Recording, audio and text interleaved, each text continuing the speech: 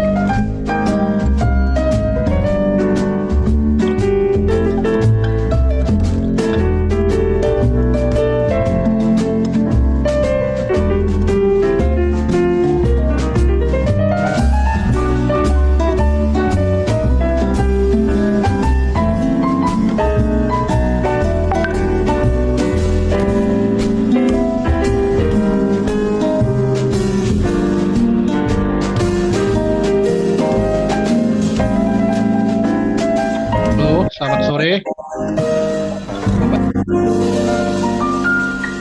Selamat sore Pak Wilson.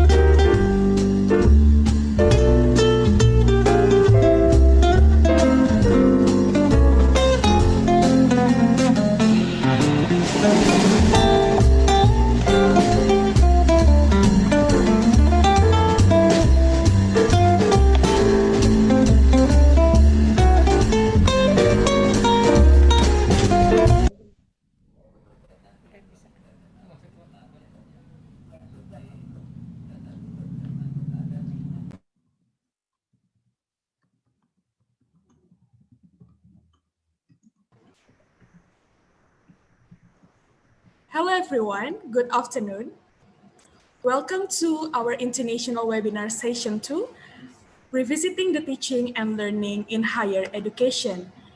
It is organized by Management of Education Study Program, Graduate Program of Universitas Kristen Indonesia, and it is hosted by International Office Universitas Kristen Indonesia.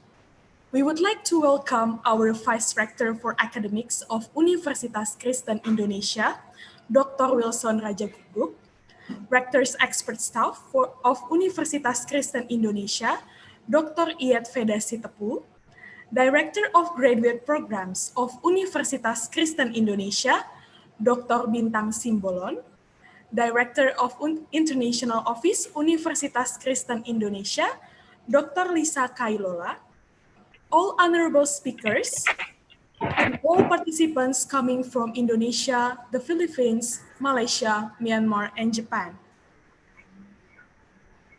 Before our webinar starts, there are some rules. The first one, there will be attendance list during the webinar. The Google Form link will be distributed towards chat box in Zoom meeting. The attendance list is needed to fulfill due to the validation of issuing e-certificate. The second, all of the participants are suggested to silence the microphone by pressing the mute button on your devices along the session from the speakers and turn on the camera if possible. If there are some questions along the sessions of the speakers, you are able to write down your questions in the chat box and please introduce your name and institution. We will discuss the questions in the Q&A session. All participants are suggested to be active in Q&A session by raising your hand to ask direct questions, either in Indonesian or English, and our moderator will translate it into English if you deliver your questions in Indonesian. Please introduce your name and institution and turn on your camera as well as your microphone. Please turn off your camera if you are doing personal activities along the session from the speakers. And this international webinar is also live in YouTube of Universitas Kristen Indonesia at official UKI Jakarta.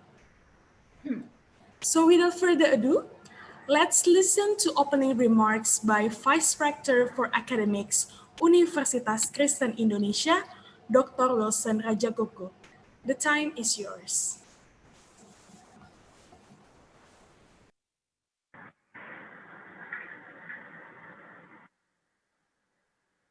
Distinguished guest lecturers,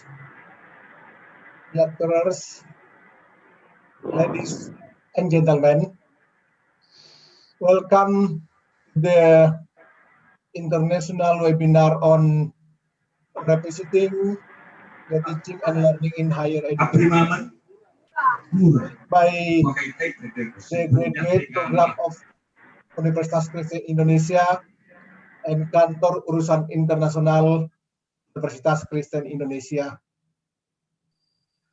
We appreciate very much of that you allocate your valuable time to participate in this international webinar.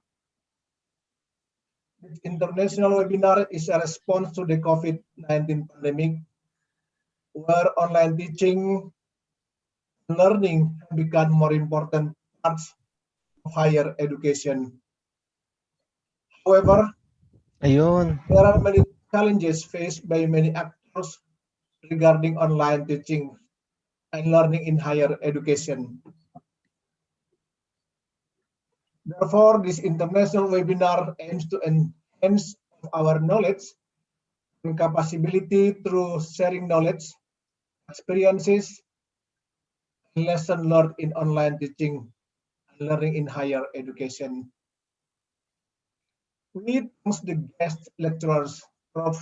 Benaida Reyes from the Philippines, Dr. Nur Isah from Malaysia, and Dr. Ethel Valenzuela, EMEO Secretariat Director in Thailand, and lecturers from Universitas Kristen Indonesia, who are with us today to share their experiences with online teaching and learning in higher education. We hope all of us a productive discussion. Now, distinguished ladies and gentlemen, allow me to open this international webinar on revisiting the teaching and learning in higher education in the name of Lord Jesus Christ. Amen. Thank you very much. Thank you very much for your speech, Dr. Wilson Rajaguguk, as Vice Rector for Academics, Universitas Kristen Indonesia. So before our webinar starts, allow me to direct all of the participants to do photo session first. Please turn on your camera. We will do the photo session starting from 3, 2, 1. Please smile.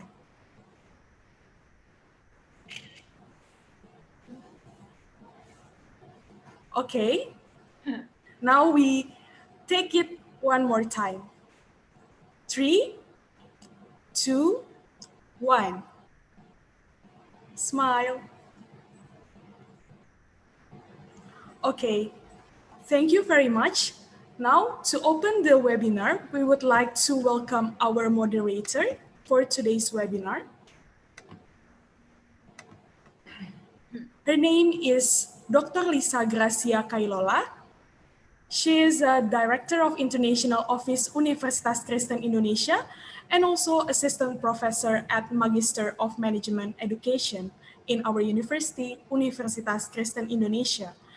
Her interests in research and publication, including leadership, education, management, organizational behavior, psychology, and human resource management.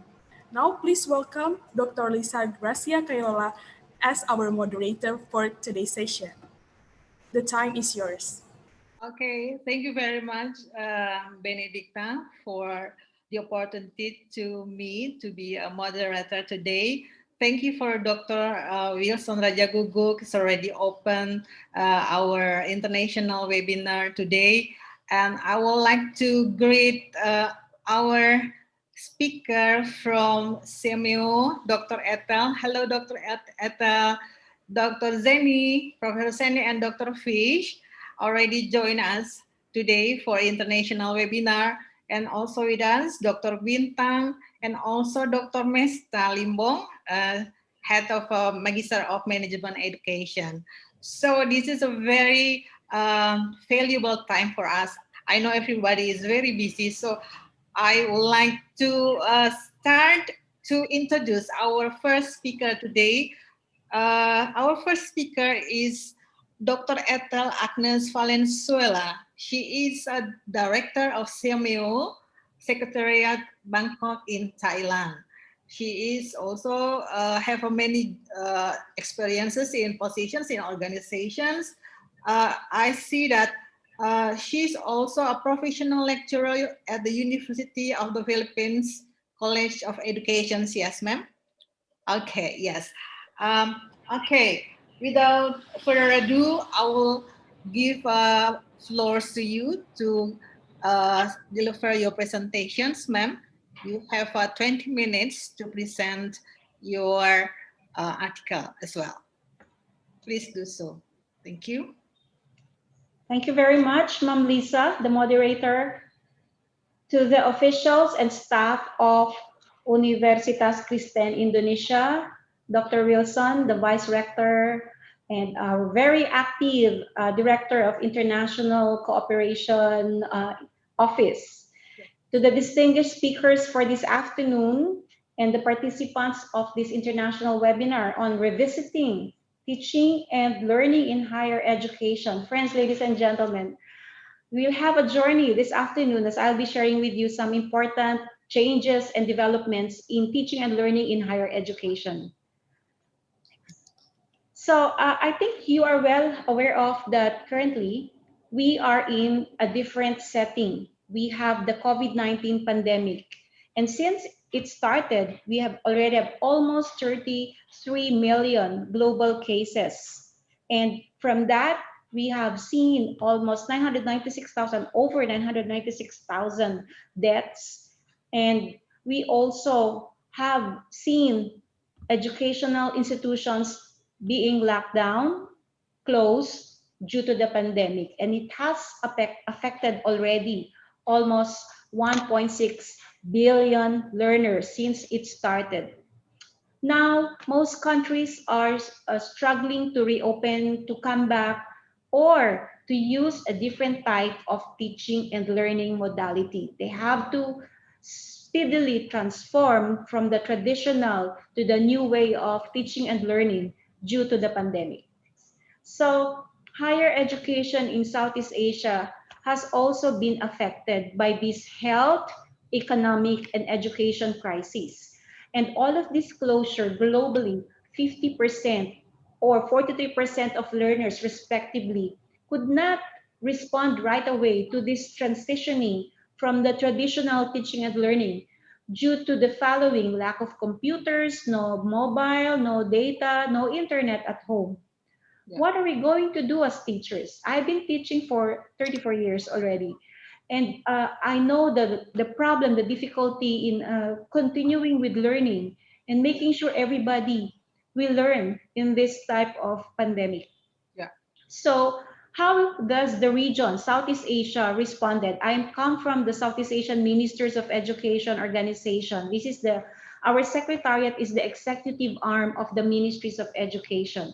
So since the pandemic has started, there are a lot of innovation coming from the universities themselves. So they tried to do a lot of innovation in teaching and learning, including, for example, use of flexible learning modality, use of virtual, online, mobile learning, and even combination, or what we say as blended.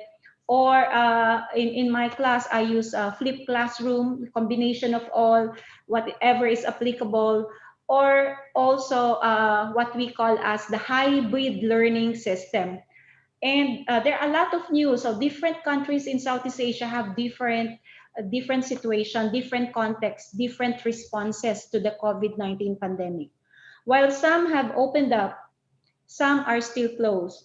While some are into mobile teaching using learning management system, other institutions could not afford that expensive learning management system. So there are different responses.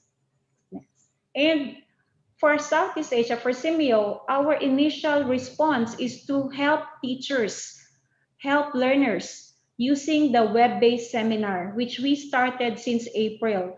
Upon hearing about closure of the schools and teachers do not know how to respond to the new normal, we opened up several web-based seminars, or what we call as webinars, Yes. and even develop our massive open online courses, open educational resources to make them accessible and free to all teachers and learners in Southeast Asia. We thought that webinars can reach as many teachers and learners as possible. And yes, since we started our webinar in April, we have seen a lot of teachers enrolling in our classes, starting with 25,000 learners in April for webinar on emotional psychosocial health during COVID-19 crisis. Our very first webinar is about health and sanitation protocol, April, right? And then we went into technology-mediated instruction, developing learning management system, resiliency and connectivity. And we also talk about, handling early childhood care education, biodiversity, climate change, learning mobility in lockdown, because we have to close some of our mobility programs right now, and assessment using online platforms, and so on and so forth. A lot. And you have seen, never before has Simeo have embraced 600,000 learners from all over the region. Normally, in the traditional way of training, capacity building, we have 11 participants, one from each country. But in the pandemic, we were able to address 26,000 learners from all over in one single webinar. That is how teachers have been affected. They need to right away swap and do another way of teaching and learning. So our lecture series were attended from the ministerial level to the vice minister level to the high officials. Experts from all over the world have joined us. And if you are in search for teaching and learning strategy, please revisit our Simeo Secretariat YouTube channel. You will find a lot from the experts themselves, which are actually a very, very good partners of Simeo. There are a lot, so I cannot really give to you all in 10 minutes. However, we are also having our C-Teacher exchange program. One of the teaching learning that we treasure is the mobility or enhancement of learning inside the classroom by going out of Southeast Asia and learning for yourself, experiential learning. This is providing opportunities for teachers in pre-service education to learn from others, from colleagues in Southeast Asia. 1 month exposure is enough to, learn from Indonesia, Thailand, Malaysia, Cambodia, Timor-Leste, everyone. And for the TVET, Polytechnic, and those who are offering engineering programs, agriculture, hotel, restaurant, tourism, they can also have deployment for 1 to 3 months in another Southeast Asian countries. This is actually part of the curriculum of higher education. But the pandemic did not allow us to continue with our mobility programs because we are in lockdown and we cannot send them for travel, or there's no flight available up to now in Southeast Asia. So what we thought of is to organize online sharing of teaching and learning videos from all teachers and to be able to share them to the region. You can visit them again. One of the few innovations that we have that really, was embraced during this pandemic is the open educational resources. If you look at our website, we have open educational resources, lecturers, experts on technology for teaching and learning, a number of them. You click and you learn something new, how to teach during this, using the virtual classroom. They're all there, and all you have to do is to click and view the video lectures. So they are shared freely to you in our open educational resources. Check our website. And, I use them myself in my class. So I'm handling the postgraduate class, and I use a lot of video from YouTube. Never before have I used that during the traditional classroom setting. Normally you will lecture, normally you will have group discussion, but now I mix everything with technology. I will have 1 hour lecture, online assessment, and then peer review, and then afterwards I will use videos to enhance my teaching. I even video myself for lectures. But going virtual is a problem in our region. Not all countries in Southeast Asia have very good internet. So because my perspective is the region, right? So when you look at Indonesia, 40% penetration, Singapore higher, 88%, Brunei 95%, everybody almost can afford to have the internet at homes, Philippines 60%, Vietnam 70%, Thailand 57%, Myanmar 31%, Malaysia 81%. So this gives to us, Cambodia 40% even. So this gives to us the, we look at the whole region, Southeast Asia, and there is, you can see inequality in terms of access to online learning because they don't have this internet right there. So this is coming from the World Bank. We still have to work a lot in terms of connectivity, and that's why there is a need for us to use flexible learning modalities. In many countries, they use television, they use radio broadcast, they use modules delivered in their own homes, whatever, to be able to reach out to everyone, to make sure that learning is for all, that all is for all. And in our own way, in Semeo, we have a lot of flexible learning models that we are using. So flexible learning models using technology, blended learning, you lecture and you provide reading materials, ebooks, teacher facilitates, and teacher is physically present, right? That's one model. But also another model in online delivery is technology integration, blended learning, and your parents or tutors facilitates and teacher is present online. I think the Q2 model is one which I am currently using during the pandemic. Face-to-face is you can use the printed modules developed by teachers, usual teaching learning, you're in the classroom, teacher facilitates, and teacher is physically present. And the distance or remote model of teaching is that, downloading all the modules, using different teaching and learning modalities. Parents can help home-based learning. Tutor also facilitates, and teacher visits to check progress. So there is a combination of all, and it depends on where you are in this part of the region, whether you are in Q1, Q2, or face-to-face, or Q4. So a teacher will have to select whatever is appropriate technology and availability of resources and connectivity at this time. So, we have our open educational resources book. You can download them from our website to learn more about online learning and open educational resources from Southeast Asian countries. And finally, so e-learning is for real. So way back 2005, we have developed policies for distance learning. It was like a concept in 2005, but now it's for real. Everybody is using e-learning already. Online learning platforms of Simeo are made available. You can even see and listen to the ministers discuss the COVID-19 response in our YouTube channel. You can see the responses of students on mobility, if they want to participate more on mobility or not, in our website. You can open all the points, the recommendations for digital literacy in our website, and you can attend all of those Simeo webinar series again and again and again, because they're available in YouTube channel. So Simeo online resources are for all of you. It's for free, it's for sharing.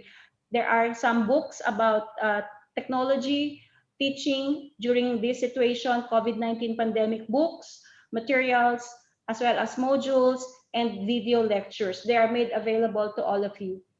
We have 26 Simeo centers, and they're also developing their own programs, webinars, mini lecture series. There are variety of specialization of our center, from education, culture, and science, and you can also use them and revisit them freely.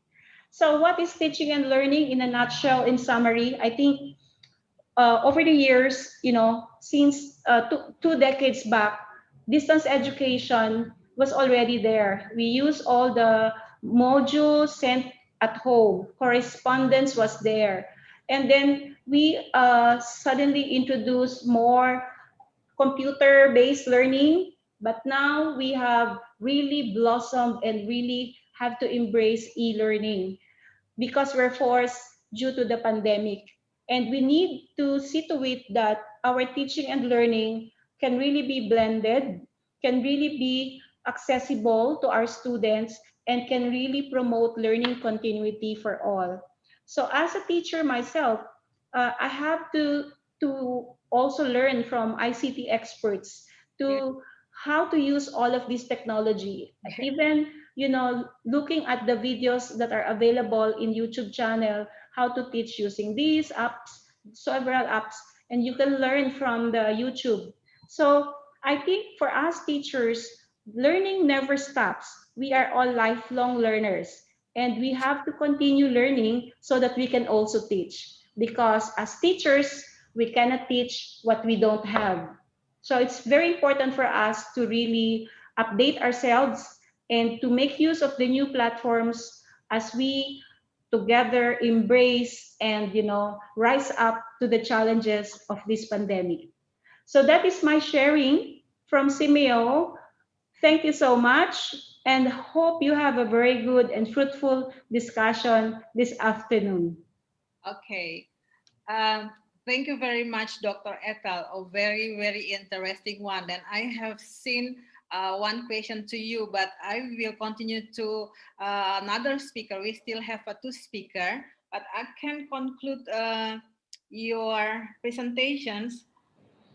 Not only us can be impacted by pandemic COVID-19, but most of all of the region in ASEAN also impacted by the pandemic COVID-19. So I believe the Simeo have many programs has to be swiped to the online one, such as C Teacher and CTFET program that we already joined also from Universitas Kristen Indonesia.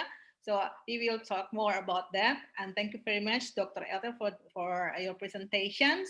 So we will continue to our guest speaker from Philippine Normal University. Here we are, Professor Zenaida Reyes. Hello, ma'am. Hello. Professor Zenaida is a professor in the College of Graduate Studies and Teacher Education Research of the Philippine Normal University. Dr. Reyes has held various positions in PNU, from head of the department to dean and vice president. She is also a researcher and trainer in social science and social management, assessment and evaluation, and social science teaching, women's studies, Gender and Development, GAD, School Leadership and Educational, Management, Assessment and Evaluation, and Social Study, and qualitative research, or many things. I think Dr. Zeni will introduce yourself more than so specific. So I believe Dr. Zeni have a very interesting presentation to deliver to us. So Dr. Zeni, floor is yours. Please. Okay. Yes. You have Good afternoon, everyone. Yes, ma'am. So first of all, I would like to thank Lisa and also Dr. Mintal and the management of Buffy for inviting me.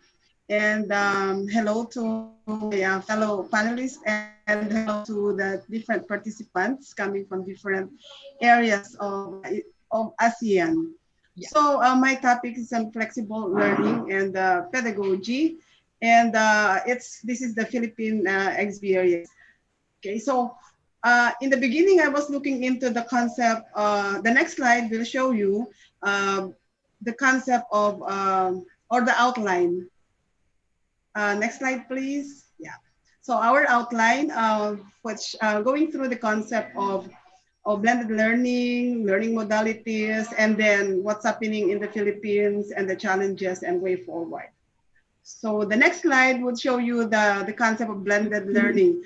So when we talk about blended learning, it's the combination of face-to-face and online learning. Now from this concept emerged different models. The next slide will show you the different models of blended learning. There are, at the moment, there are 4. The rotation model, it's face-to-face, and then with technology embedded in it, and then, or it could be a flex model, whatever, and then a self-blend model and enriched virtual model. But all of these blended learning models are incorporated in the next slide, in flexible learning. So what happened in so these are the learning modalities. Dr. Ethel showed you for the quadrants, and for us, we say that quadrant studying and teaching, quadrant 1 and 3 would usually look or show the traditional type of learning modality. And because of this COVID-19, we transferred to different modalities. Okay? Like in quadrant 3, you can find these types of modalities. The next slide is actually the Philippine experience, where the Commission on Higher Education gave us an order to follow the guidelines for flexible learning. It depends now on our audience, on connectivity, on time and place, on how to conduct our classes, so that different HEIs will give you different formula for flexible learning. So a rundown of the different HEIs in the next slides.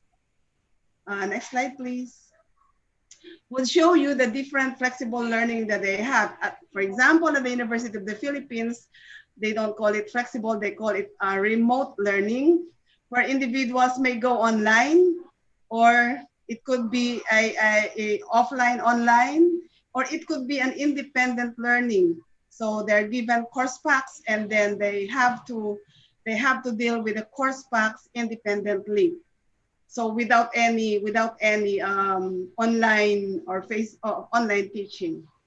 That's the University of the Philippines, but they prepared, the next slide would show you the different training programs of the University of the Philippines, preparing the faculty members so that they will do, or they get the skills to go through the remote learning type of program.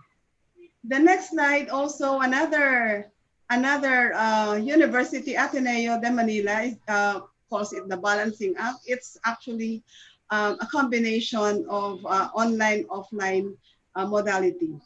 And then the next slide, which is the De La Salle University, have different types of flexible learning, but it's, well, De La Salle is a university with rich people. So most of them are on online learning, but combination, there is pure online learning with online directed laboratory classes. It could be hybrid classes, synchronous and asynchronous, or predominantly in-person classes. These are those who are self-paced individuals or those who can learn independently. So they call their programs as REACH, Remote and Engaged Approach for Connectivity in Higher Education. The next slide will show you another university, which is Far Eastern University. So they have different modes again, the mixed online learning, synchronous, asynchronous, or purely asynchronous but still online, or an analog learning. This is an independent study using print modules. And then the next slide, even as far as Western Mindanao State University. Western Mindanao State University is in Zamboanga City. It's down south, more nearer to Borneo, I think. It's near to Borneo than Manila. And because of the order of the Commission on Higher Education, all state universities are into flexible learning mode. And so an example is WIMSU, who is embracing blended learning model. Up north, next slide. So in the northern part of the country, next slide, please. Yeah. So Pangasinan State University is also into flexible learning, from enrollment to holding classes, and all communications are now online. But I suppose they also have asynchronous type of meeting, okay? And then let me show you our model. Next slide, please. Okay, so this is our EPNU, our learning management system, where you can find my class. I teach qualitative research for the doctoral students. Next slide, please. Okay, so this is what we did. We have migrated our traditional curriculum into a flexible type of teaching and curriculum where we have to adjust to the types of students. Like Dr. Ethel said that only 60% in the Philippines have access to the internet. So that we have students who don't have internet. And so we have to develop, we have to migrate our traditional curriculum into print modules so that they can access the print modules. Others who have cell phones, we have developed another type of flexible learning for those with cell phones and internet. Luckily, I teach those who are in the PHU program, so I only have one hybrid, synchronous and asynchronous. Some of my students really are happy, especially those who are away from Manila, because even if they are from the provinces or from the United States, they are able to enroll in our online classes. So that's an advantage for them. They don't have to spend money to fly every Friday or every weekend to Manila and experience flood in Manila or traffic in Manila. Yeah. They're happy because they can join our classes, our synchronous and asynchronous classes. The next slide, again. Yeah, so these are the modalities or flexible learning modalities. There is full remote modality, meaning that's full online. And then there's the hybrid, which is online synchronous and online asynchronous. And then another hybrid, online synchronous or asynchronous and offline. So those who are receiving print modules. Next slide, please. So let me show you my classroom. So I have to log in the EPNU or in our LMS. And Yeah. this is a Moodle type based learning. And next slide, please. Yeah, so I'm the teacher. Next slide, please. I'll show you my classroom. So what I did with my classroom. So it's in qualitative design and management. So I asked my students to give their profile because I already gave them my profile. Next slide, please. I'll show you some lessons. So these are actually lessons, but in the beginning I gave them the syllabus and also the migrated template, migrated syllabus from traditional to now online. So next slide, please.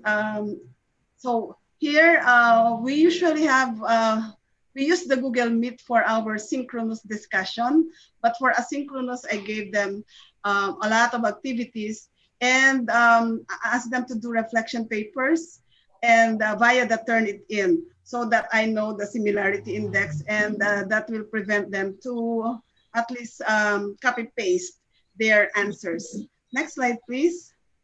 So here, this is week 3. I usually hide all my lessons first. They have to finish the other weeks before I give them week 3. So I already prepared all the lessons from week 1 until week 12. So we are into trimester program.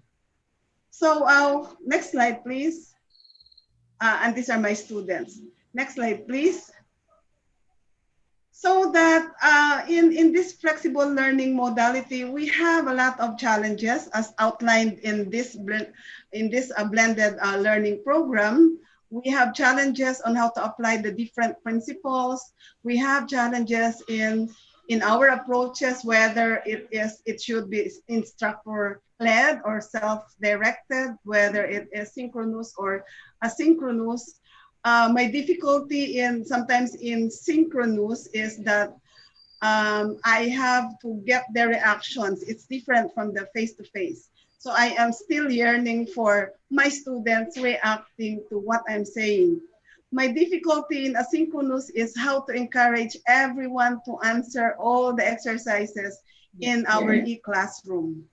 And then the modalities, of course, for us who are in the senior level, we are not digital natives. We are learning very hard to learn everything. But you know, the secret now is usually my consultants are the young people, the junior faculty members of the department. But because it's a challenge for us, I know how to do video, how to do those, but making the virtual reality or AR is a challenge for me. How to do the lesson using AR or virtual reality and other types of online resources. And Dr. Ethel is also saying that YouTube is one of the best resources. Yes, I agree, because I don't need to explain everything. All I have to do is to choose lectures who are given by academicians on certain topics. My subject is in research. So I usually get good lecturers from the good universities all over. The next slide please. And there's still a challenge for us to, we're still longing for our social presence. That's a challenge. We want to have, to develop a community of inquiry, so that we want to develop interaction with students. So we want to have social presence. We want to have cognitive presence and also teaching presence. Specific challenges to us. Next slide, please. Yeah. So specific challenges to us is student engagement. So behind the names, whenever they put off or turn off their cameras, I wonder what are they doing? For example, in this picture, these are children, but well, I could imagine how my students, for example, who are principals or head, doing what behind the camera. So they might be eating, they might be lying. The next slide, please. or they might be sleeping, or they are not interested. So the challenge now is how do you develop deep learning among students? So assessment is very important here because you'll know whether or not they have deep learning once you ask them questions. And then next challenge, next slide please, is whether or not there is authentic learning and whether they are assisted by somebody else. The children, for example, are they the real ones who do the assignments or who do the asynchronous activities, or the mother? In the case of adults, who are really doing the asynchronous activities? So that's another challenge. Next slide, please. And of course, we have to address diverse learners coming from different groups according to class, ethnicity, gender, abilities, age, and other forms. So because sometimes in online learning and you give them lecture, usually you don't know whether or not they understand what you're saying. Culturally, they might have a different culture, they might have a different language, or they might have difficulties understanding what you're saying. Next slide, please.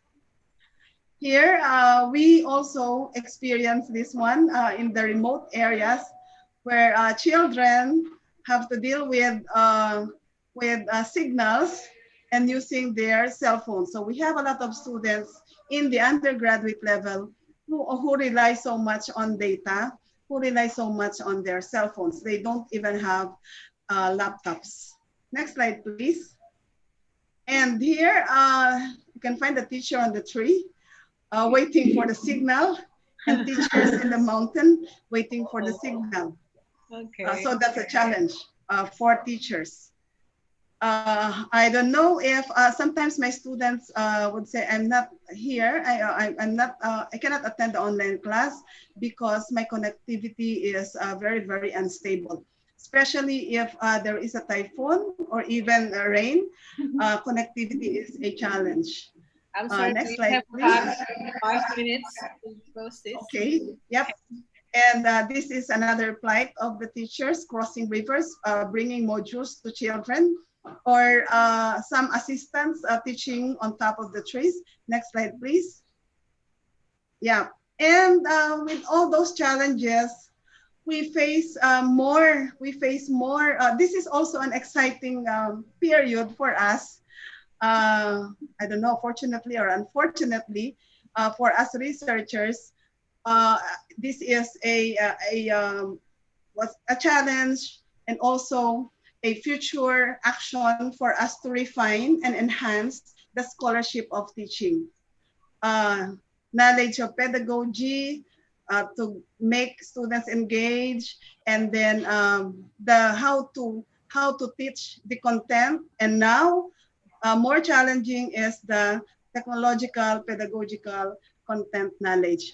So so from there, I think we can. I would like to encourage everyone to problematize actually this scholarship of teaching, so that all of us maybe can find solutions to existing challenges in teaching and learning situation. So that's all.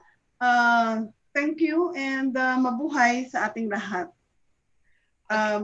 Do we still have time to present, Lisa, the 2-minute framework of PNU? Yes, we still have. So may I present to you a short video on what went on at PNU, Philippine Normal University.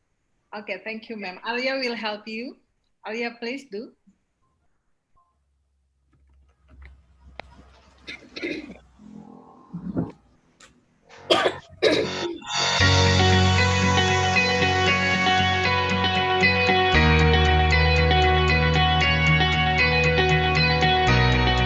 Kaway-aralan sa Bagong Kadawian, the PNU Flexible Learning Program. Kaway-aralan sa Bagong Kadawian is PNU's flexible learning program that serves as the university's response to the current challenges posed by the pandemic in the delivery of academic programs. the shift to flexible learning will be piloted in Term 1 of academic year 2020-2021.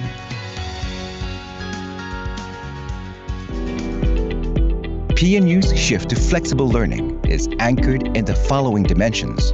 First, the curriculum should teach only the most essential. Second, teaching and learning materials should be accessible to all students in every occasion or manner. Lastly, changes in assessment will be made. Considering all these dimensions, work on the shift to flexible learning focused on 3 areas: redesigning pedagogical and assessment directions, recalibrating course tracking, and clustering the instructional preparations such as one course toolkit for Gen Ed.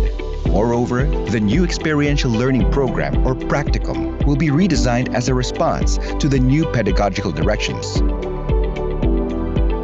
Throughout the process of migration, PNU faculty and students will receive technological support from the university.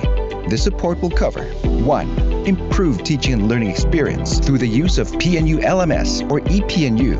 2. Setting parameters using other platforms, such as social media, for teaching and learning. And 3. Support to references, such as open access to ebooks and PNU Digital Library. In the process of the shift or migration, it is expected that a refined teacher education framework will emerge. A series of conversations to discuss matters relating to the delivery and review of flexible learning will be held among faculty and academic officials. Combining the results of conversations and the implementation of the flexible learning program, a redefined teacher education is expected to emerge. This framework is outcome-based or holistic, standards-based, and experiential. So, what will be the flexible learning modalities? In the Bagong Kadawian, learning modalities are classified into 3. First is full remote, where students will be provided with printed toolkits that are designed for independent learning. Second is the online synchronous and asynchronous. Delivery in this modality consists of scheduled online synchronous and asynchronous activities. Lastly, a hybrid of online synchronous or asynchronous and offline. This modality combines offline activities, such as indicated in the toolkit, as a support for any online work. Yes, I think it's okay, Arya. Yeah. Thank you very much again. Okay, thank you, Professor Zenaida. Okay, this is very interesting and very clear presentations about flexible learning and pedagogy, and also how that you already explained to us how to face the many challenges when you have to swipe from the traditional approach to learning system now. Yeah. Okay, so I believe that there are many questions comes from the participant to you, and I really hope that you still stay with us here, ma'am, until what time that I believe that you're have a very tight schedule. Okay. So we'll continue to another guest speaker. Yes, we have Dr. Norfisha here with us. Hello, Dr. Norfisha. Yes, Dr. Yes, hello. Hello, Dr. Lisa. Dr. Norfisha Matrabi from Sultan Idris Education University. Yes, Yeah. he's a committee from International Scientific Committee of Education and Pedagogical Science, Department of Education, and she's also have many research in graphic animations, ma'am, autistic children, language learning, and teaching. So you have a 20 minutes presentation, ma'am, to deliver your presentation now to the participant. I believe everybody will very focused and interested to have your presentation now. So I would like to remind to the all participants, if you have a question, you can write it down in our chat box here. After this presentation, we will have a question and answer. So you may ask our speaker now directly to Dr. Zenaida or Dr. Fish here, and also Dr. Etta. Okay, please, Dr. Fish, you have 20 minutes to deliver your presentation. Please do so. Thank you.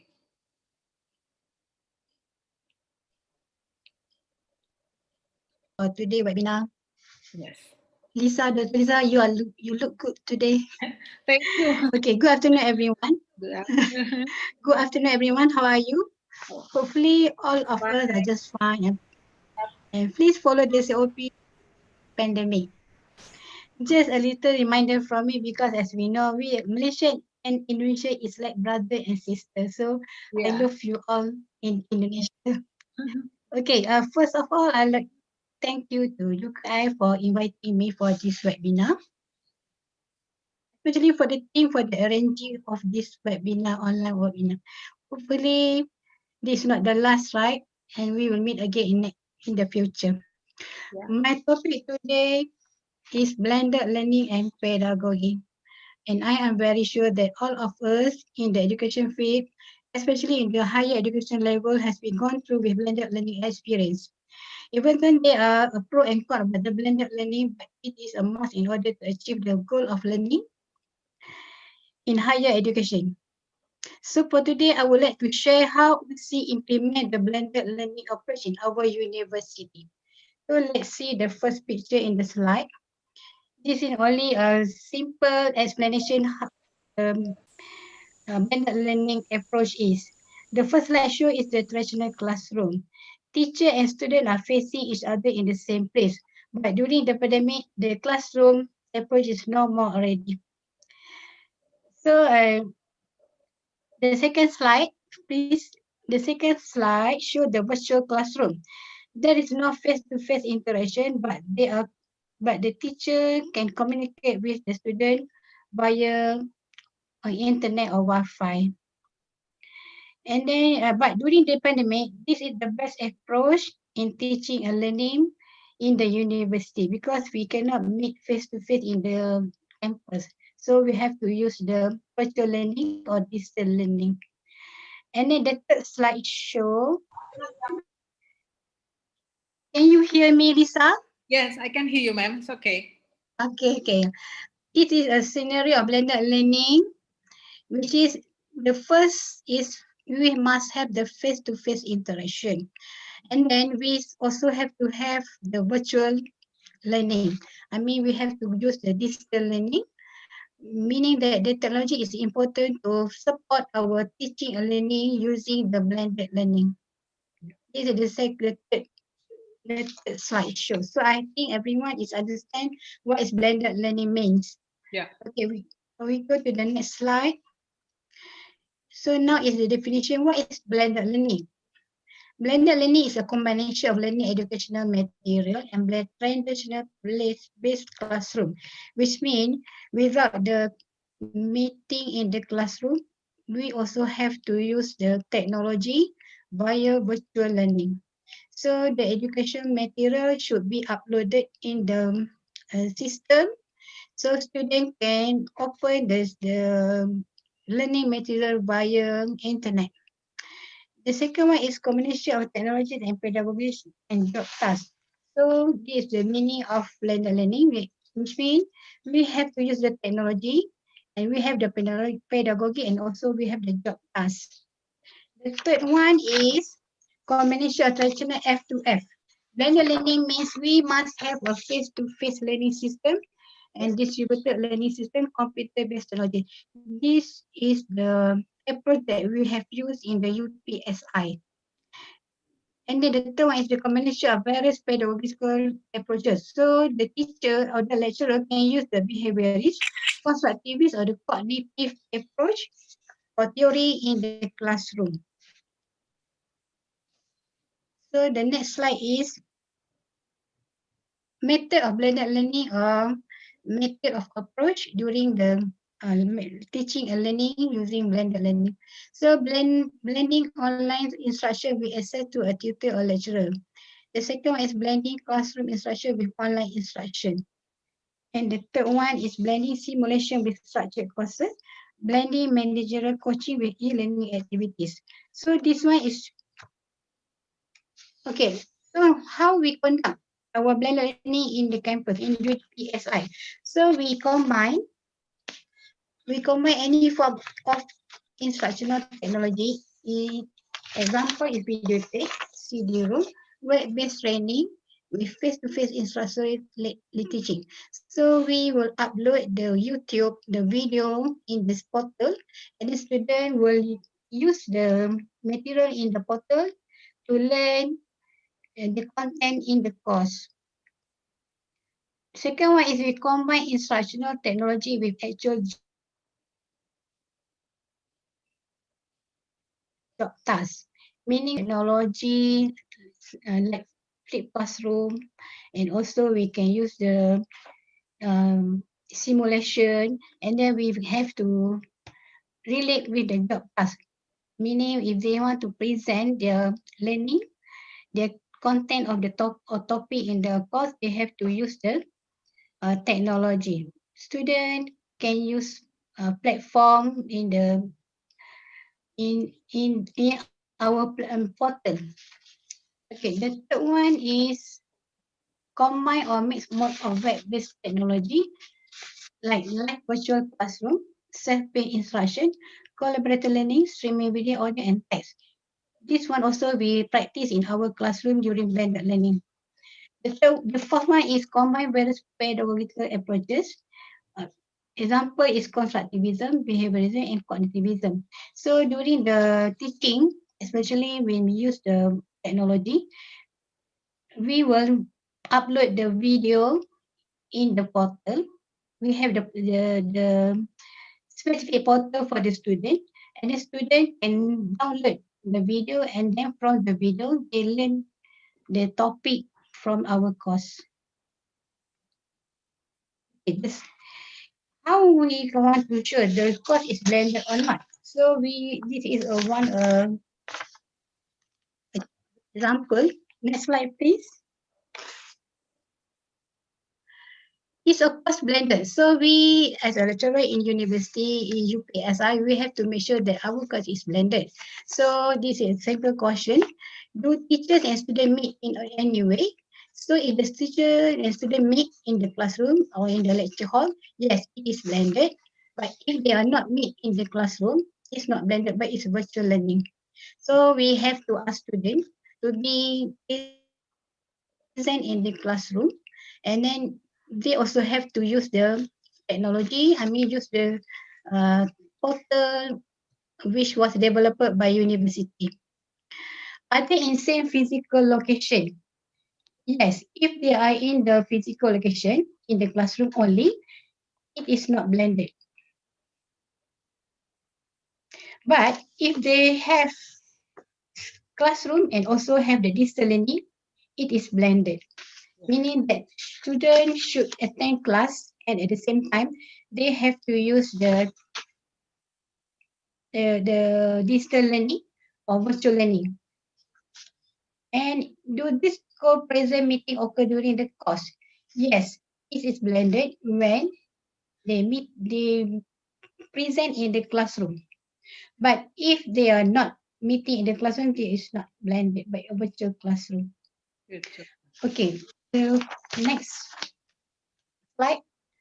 This is blended learning in UPSI. So in our university, we have the University Integrated Management System, or UIMS, meaning that university developed a web-based application by skilled programmers and developers of the ICT Center, Information and Technology Center. So also developed by the collaboration of management team, faculty administrators, education expert, financial managers, human resource managers, and technology expert of University Pendidikan Sultan Idris. So the UIMS is an innovative web-based application and cannot simply developed by a lecturer, but by a team or by the expert in the ICT. The UIMS integrates all the comprehensive modules accessible through the web, which has single sign-on feature. And the main module developed by the expert in UPSI is My UPSI, Portal, My Face, My SIS, My Guru 2, and My HRA. So let me explain what is My Guru 2. Next slide, please. MyGuru 2 is an e-learning portal that offers a robust set of teaching and learning tools, functions, and features. It enables lecturers to create and upload learning resources and activities for learners' access, and at the same time allow them to track and monitor their learning activities. And currently, the system is used in hybrid technology method and be part of a university integrated management system, which applies the concept of data centralization and single sign-on, meaning that every lecturer or student should have their own password and cannot be shared. So with the password, they can open the system of the MyGuru, and everything is fits in the system. I mean, it cannot be moved out back. So the student can always use the learning material in the portal till they finish their study in UPSI.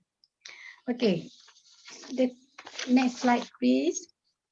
So MyGuru consists of 4 main features such as subject information content, outcome-based education, and then also have the assessment that contains auto and manual grading system, and also collaborative tool that includes forum, file sharing, online survey, and web conferencing.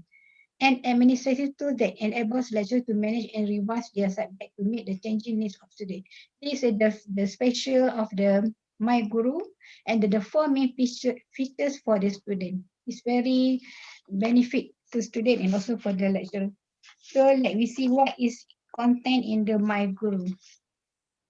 Next slide, please. Okay. This is the content and function in the MyGuru. It's our MyGuru. So the first, we have announcement. So in the announcement, we can send a message to students such as change lecture time, change location, or change class, or we want to tell them whether we have an activity after class. So we use the announcement platform to let students know what is going on. The second one is learning material. So lecturer can upload the course content such as text, slide, video in the portal MyGuru. This is a very benefit and also advantage to the student because they can refer to the learning material anytime they need. It's not, it's permanent, it's not temporary. So it will be there until they finish the study. Okay, the third one is forum. Forum is one platform which is can student and lecturer can have a discussion using written text. So lecturer will give them a question and student can answer the question using forum. So they don't need to meet in the class or they don't need to have oral discussion, but they only discuss in the platform using text. The fourth one is assignment. Lecturer will upload the question or the assignment question in the portal of MyGuru. So student can refer to the MyGuru and can do the assignment based on the question in the MyGuru. Number 6 is weight monitoring. This is very important and very good to monitor student learning process, especially to know their attendance, their academic performance, and also their soft skill. Actually, the week 8 module is compulsory for lecturer to monitor student because some students they come to the class only for 5 weeks and the rest they are at home. So by using this week 8 monitoring in the system, so lecturer can monitor where is the student, whether they are in the campus or they are already lost or going back to the hometown. So it's very good for us. The number 3 is final evaluation. Final evaluation is developed during pandemic only because the final evaluation is used to replace examination. So during pandemic, we have no examination. So, but we need to evaluate their prestation or the achievement in the study. So we introduce the final evaluation. This only during pandemic. The number 7 is online assessment. We also have the online assessment, which we put the quiz or the question in the online assessment. So student will answer the quiz in the online assessment, and we get the result from there. Number 8 is Cosmate. This platform actually gives us information about lecturer and student. So if the student want to know who will teach them that course, they can go to the Cosmate platform and can find out the name of the lecturer. And lecturer also can find out the student name, email address, or ID of the student. So it's easier for us to have a interaction or online interaction with the student. Number 9 is private message. This is personal message from lecturer to the student. Sometimes students not submit the assignment, so we can private message them or send a message them personally and ask them to send the assignment. Number 10 is learning evaluation. Student also will be given a chance to evaluate lecturers in the teaching process. This is very scary because we don't know what student will evaluate us. Sometimes they give us good, sometimes they will give us bad. So this is a chance for student to evaluate student. Normally we evaluate student, but now student can evaluate lecturer.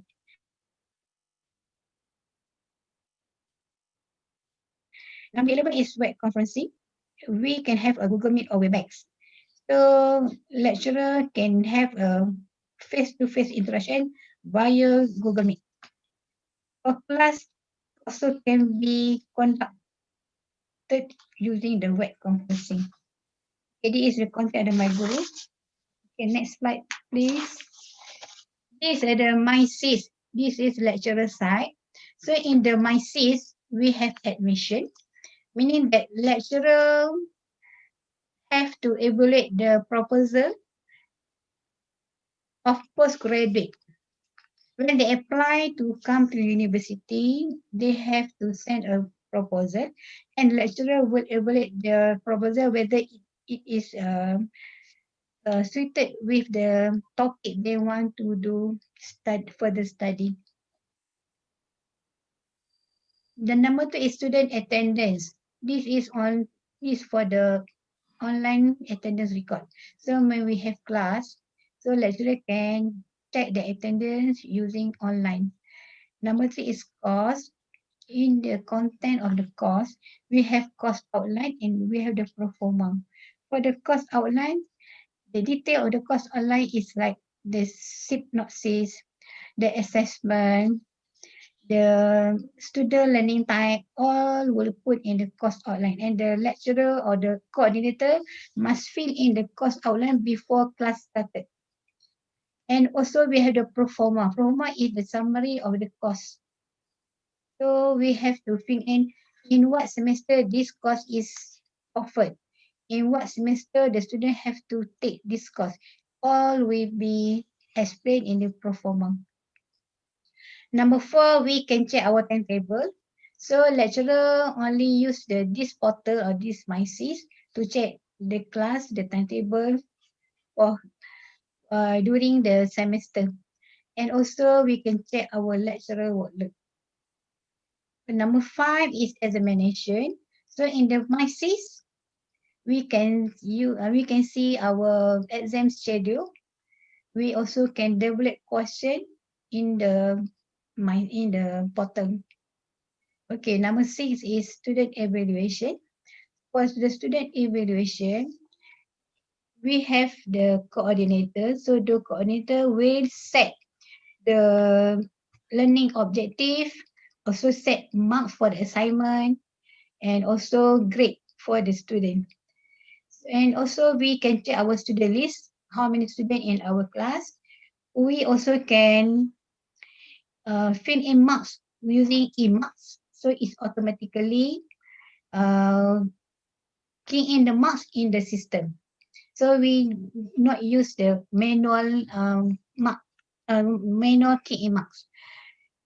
For the next one is project paper marks. This is for postgrad. So for the student in the master's level and also for the PhD level, or in Indonesia they said S2 and S3. Is it correct? Yeah. S2 is for master, and S3 is for the PhD. Yes.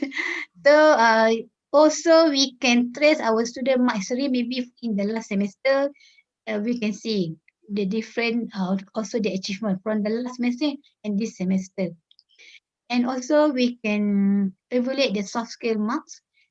The soft skill mark include the communication skill, include the teamwork skill, and many things. And then the CLOB index. This is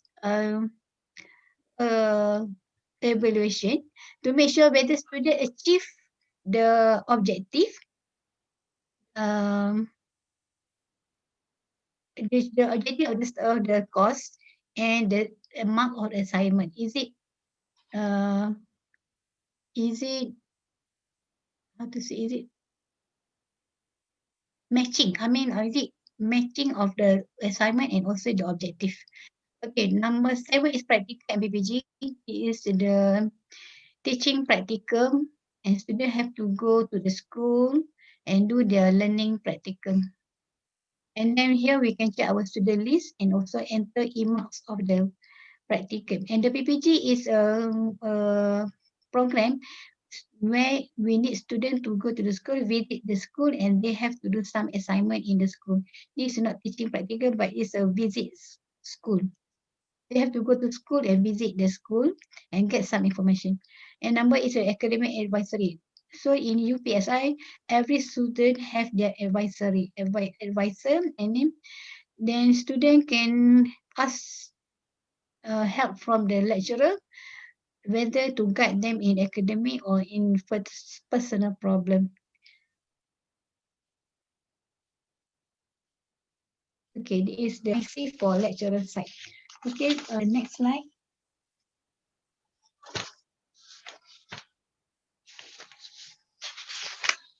I hope all the participants can understand what I present. Because this is a sharing on a sharing session from UPSI to participants. Yes. Yes, Dr. Lisa, any question? Ma'am? Yes? You have 5 minutes more. 5 minutes? Oh, yes. Okay, sorry. Okay, what is the benefit of MySys or student information system? So for the MySys, student can pre-registration before semester begins. So let's say the semester will begin next week. So this week they can pre-register the courses they will take in the next semester. They also can take courses in the first week of the semester. They can drop courses in second week of semester, or they can take marks and grade of assignment. They can defer study or withdraw study. So the MySys is very benefit to students, and they don't have to come to campus or don't have to meet the lecturer to do the activity in learning. Okay, next slide. The benefit of blended learning. So in university, UPSI, when we say blended learning, students actually can work on their own with new concept. Okay, which frees teachers up to circulate and support individual students who may need individualized attention. So the benefit is to reduce educational expenses. Yes, it is very true, because when we use a blended learning, students don't have to pay for the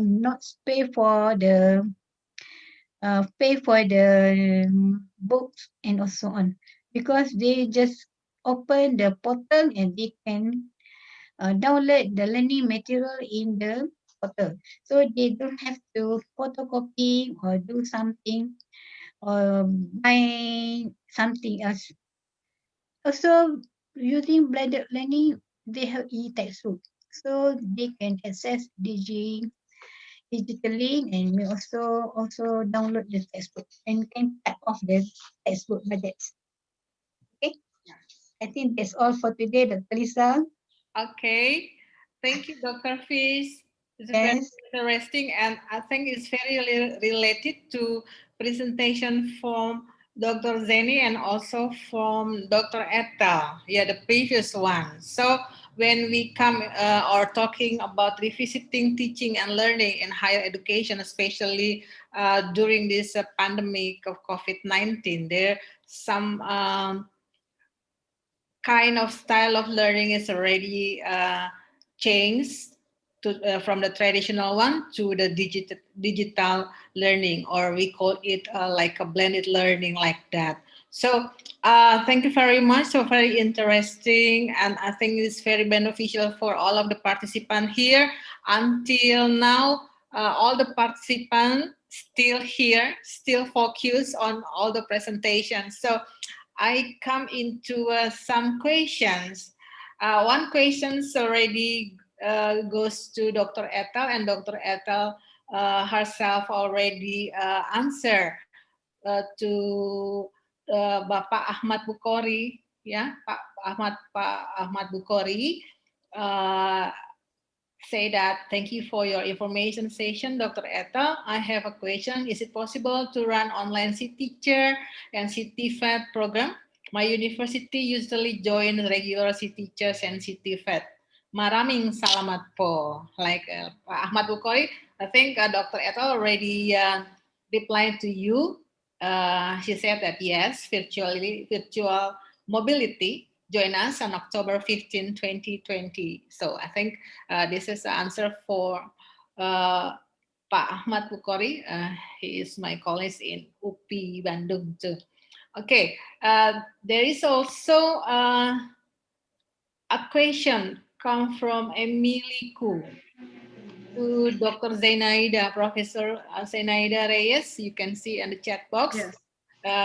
She said that thank you, Madam Dr. Zenaida Reyes, for a presentation about flexible learning in Philippines. I have a question, ma'am.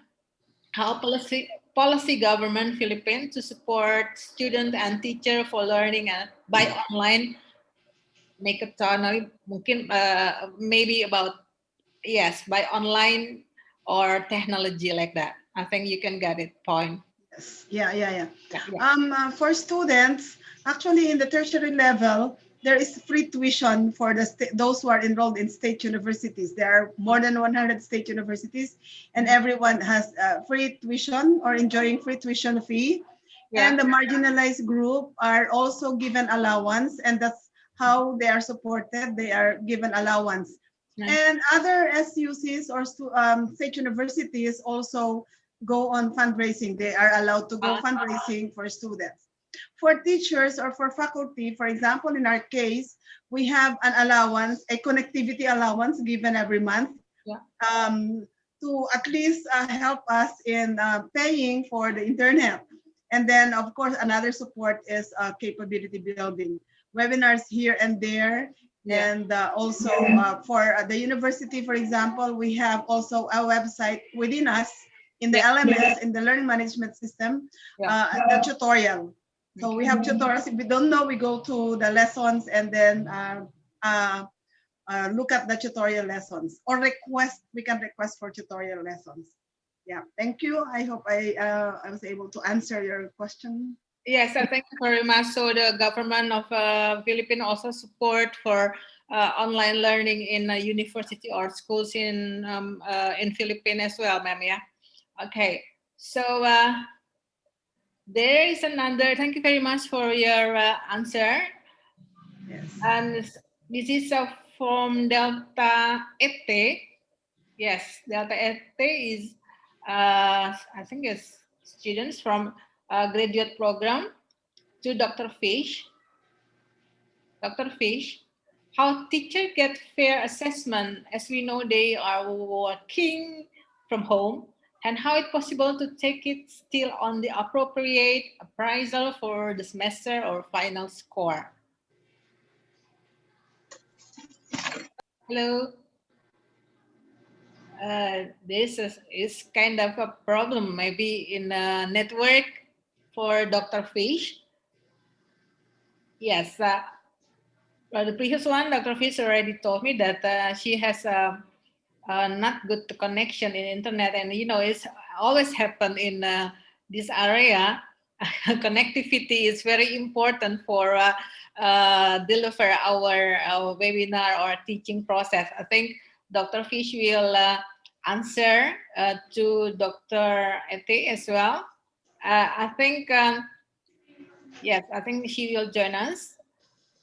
And maybe is there any questions before we start to another speaker? But first of all, I would really like to say thank you to Dr. Zenaida, to Dr. Ethel, and Dr. Fish for your very valuable time to join our international webinar at this moment.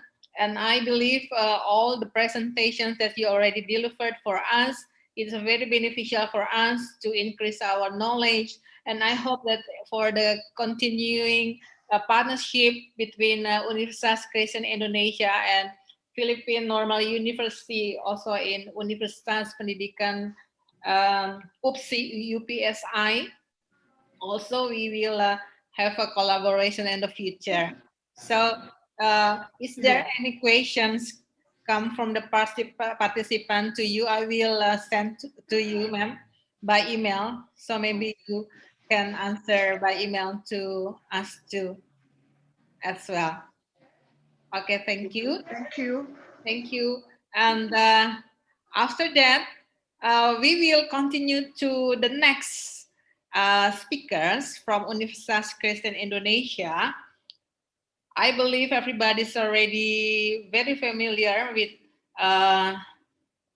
the lecturer from Universitas Kristen Indonesia because most of the participants also are students of Universitas Kristen Indonesia.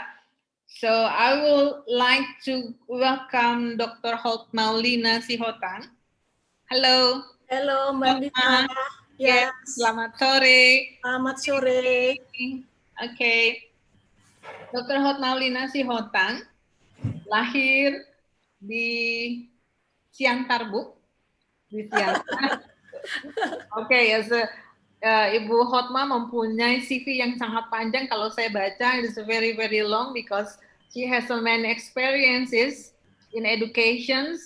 I will read the last one. She got the doctor program from Universitas Negeri Jakarta, 2012. And she contribute her life to education since 96 until now. And now Ibu Hotma adalah Kepala Penjaminan Mutu in Universitas Kristen Indonesia. And she has many articles and research in education field, so many things, Bu. So maybe you can send the link. Yes, Google Scholar, so we can connect to the link to your research. So Ibu Hotma will have 20 minutes, punya waktu 20 menit untuk presentation. So all the participants, please, if you have any questions, you can write it down, or after the presentation, you may ask Ibu Hotma, Dr. Hotma, about the presentation that she wants to deliver for us this evening.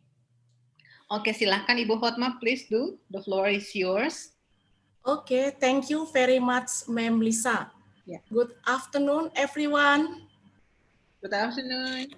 Yeah, ladies and gentlemen, hopefully we all here are stay healthy and happy. It's a great opportunity to be here in this international seminar because most of the participants were from Indonesia. I will explain in English and Indonesia, so it can be more detailed and meaningful. Yes, thank you. Yeah, let me presenting my article about leadership competencies and effort to improve the quality of higher education. Next, please. According to Anies Baswedan, education is a basic need and a social economic escalator. Higher education is part of education system which aim to produce competent graduates in the effective cognitive and psychomotor domains. For example, in Europe and most of East Asia, more than 66.66% of schools are in tertiary education. Meanwhile, in Indonesia, the gross enrollment index is 34.58% for diploma and undergraduate with population aged 19 to 23 years. Next slide. Now, the problem in Indonesia is the low quality of higher education. It's indicated by 3 parameters. First, based on KS World University ranking, our top 4 university in Indonesia got those places: Universitas Indonesia, Universitas Gadjah Mada, Institut Teknologi Bandung, and Institut Pertanian Bogor. Second, based on IQS system mapping, 75.8% filled in IQS system mapping and 24.19% had not filled. Third, based on BANPITI, accreditation of higher education, very good, there are 4.5%, good 30%, and enough 65.5%. So we can see here that more than 0.5% of our accreditation is only got enough. Yeah. Next, please. Ladies and gentlemen, we know that higher education quality is the level of conformity between the administration of higher education and higher education, which consists of the national higher education standard and higher education standard set by tertiary education institution.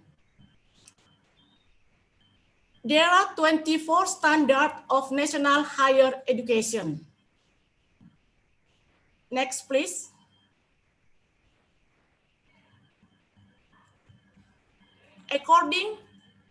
Next, please.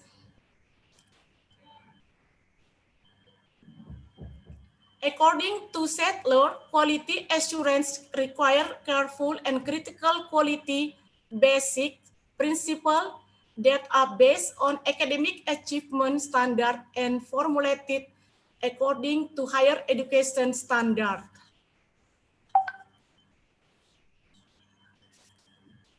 Next.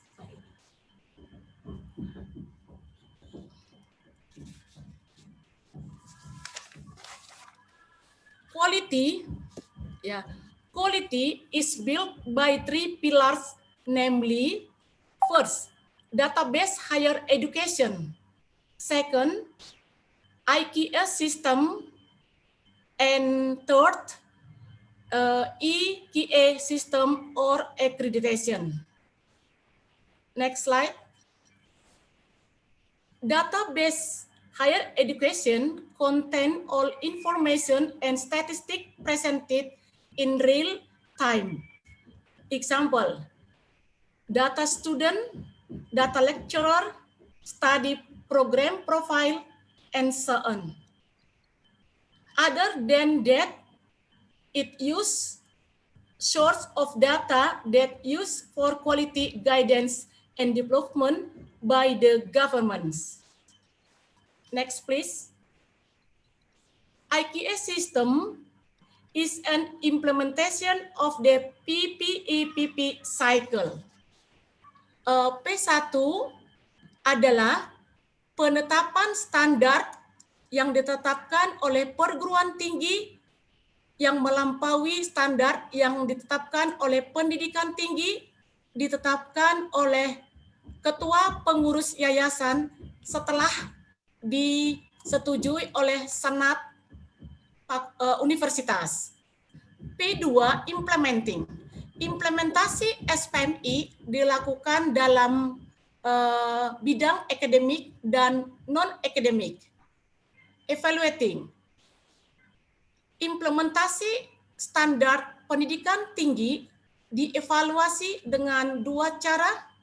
Yang pertama dengan monitoring yang dilakukan secara periodik dan bertahap. Dan evaluasi dilakukan dengan audit mutu internal yang merupakan mandat dari Kemendikbud. Controlling. Hasil audit mutu internal dikontrol atau dikendalikan agar setiap temuan dapat diperbaiki dan standar yang dilaksanakan dan tercapai dapat dilakukan peningkatan secara berkelanjutan. Improving. Next slide. Nah, implementasi EQA system atau accreditation merupakan siklus bagian dari siklus SPMI. Tadi SPMI implementasinya adalah P1, P2E, P3, P4. Namun dalam implementasi sistem akreditasi hanya memuat 3 komponen, yakni evaluating, controlling, dan improving. E, P3, dan P4. Next slide. Nah, apabila perguruan tinggi telah mengimplementasikan SPMI dengan serius, dengan fokus, dan menjadikan ini budaya akademik, maka sekuensnya adalah akreditasi yang diharapkan akan tercapai. Jadi, paradigma pengelola perguruan tinggi yang selama ini fokus pada akreditasi sebaiknya berubah paradigmanya. Paradigmanya adalah mengimplementasikan SPMI dan menjadikan itu budaya mutu, sehingga akreditasi merupakan konsekuensi logis dari implementasi SPMI. Next, please. Nah, di sini leadership competencies of higher education. Manager competencies level requires this aspect flexibility, change implementation, interpersonal understanding, and empowering SDM atau sumber daya. Jenger and Fortman menyatakan bahwa kompetensi kepemimpinan sebagai kombinasi dari pengetahuan, keterampilan, sifat, dan atribut yang secara kolektif memungkinkan seseorang untuk melakukan pekerjaan tertentu. Artinya adalah seorang pemimpin hendaklah mengkombinasikan dari beberapa unsur kompetensi yang diharapkan. Next, please. Nah, leadership competency is used to assess an individual's ability and skills to be a leader or manager according to Josh Bersin. Leadership competency execution means result, energy means passion and hard work, energize means ability to inspire others, edge means ability to make tough decisions.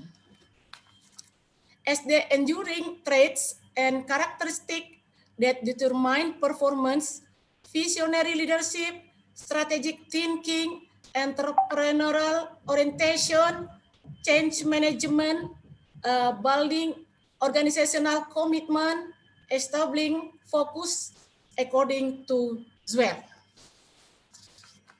Next, please. Yeah. There are 5 clusters of higher education leadership competencies in Malaysia, namely 1. Impact and influence. 2. Achievement and action. 3. Management. 4. Cognition. 5. Personal. And the last is effectiveness according to Zaiza et al. leader is quality assurance must be thorough and critical knowledge of the basic quality principles according to Sadler. Next, please. Okay. So the conclusion is a leader in higher education must to have 3 competencies. First, managerial competencies. In this case, change management response regulation of the Minister of Education and Culture number 3 year 2020 concerning national higher education standard. Kita lihat di sini yang berubah dari standar pendidikan tinggi sebelumnya adalah freedom of learning atau merdeka belajar kampus merdeka. Ini sudah diinsert dalam kurikulum yang terbaru, merupakan pengembangan dari kurikulum mengacu kepada kerangka kualifikasi nasional Indonesia. Second, understand the core business of education, which are teaching, research, and community service. Third, understand and implement the IQA system. Jadi, kompetensi seorang pemimpin di perguruan tinggi di Indonesia ada 3. Yang pertama adalah kemampuan manajerialnya, karena harus juga mengetahui perubahan-perubahan yang sangat dinamis, termasuk perubahan-perubahan regulasi yang setiap tahun berubah. 2000 SN Dikti yang pertama adalah tahun 2014, 1 tahun kemudian berubah lagi di tahun 2015, 2018 berubah lagi, dan 2020 berubah. Jadi ini merupakan kompetensi yang mendasar bagi seorang pemimpin atau pengelola perguruan tinggi. Yang kedua adalah harus mengerti dengan core bisnisnya, Tridharma perguruan tinggi, yakni pendidikan dan pengajaran, penelitian, dan pengabdian kepada masyarakat. Jadi seorang dosen itu haruslah melakukan Tridharma perguruan tinggi. Yang paling penting adalah, karena ini adalah given dari pemerintah, karena di Indonesia itu kalau memang tidak dibuat peraturannya, nampaknya berat untuk fokus kepada mutu, maka pemerintah mewajibkan bahwa perguruan tinggi harus menyelenggarakan Tridharma berdasarkan sistem penjaminan mutu internal. That's my presentation. Finally, thank you for your attention. Okay, thank you very much, Dr. Hotmaulina. It's very clear and beneficial for us too. Sangat bermanfaat untuk kita semua. We talking about the quality, yes, and there is something that I stressing here is about leadership competencies in higher education. So I believe many questions will come to you too about the leadership competency in higher education. So kalau ada any questions from the participant, would you please to write it down in chat box, or you will ask Dr. Hotmaulina directly about his presentations. Okay, and we still have another guest, a very special one, to present here. It's Dr. Bernadetta Nadea. Hello, Dr. Bernadette. Hi, Bulisa. Hello, yeah. Hi, everyone. Hello, still here with us, yeah, Doc. Wow. And peserta and participants still here. We already start from the session 1 and until now still focused. And I really have thank you for everybody. And I will read Dr. Bernadetta Nadea, MPD, PA. CV-nya panjang sekali, Bapak Ibu. Saya no. researches many things because her education, the last one is pendidikan S3 doktor dari Universitas Negeri Jakarta UNJ, pada program studi manajemen pendidikan, and she has a professional history also. She has an editor certified by BNSP. Yeah, maybe Dr. Berna will explain for us about that. And also, he has already have a pelatihan penulisan artikel proceeding terindeks, Thomas Reuters. So, participant, if you want to learn or studying about how to write according to the proceeding or journal international, you can ask Dr. Berna as well. He also the auditor and Mutu Internal. So he has many article and research already published in Google Scholar, and has a Scopus and Cinta and certified editor in BNSP. Okay, many is a long experience of Dr. Bernadette, and now he's with us now. I will give Dr. Bernadetta 20 minutes to present and deliver your presentation for us. Please do so. The floor is yours, Dr. Berna. Thank you. Okay, thank you, Ma'am Lisa. Yeah. Hi, everyone. This is a time 4:45 p.m. and I think you will be patient and can listen my presentation. Okay, thank you for attending this webinar.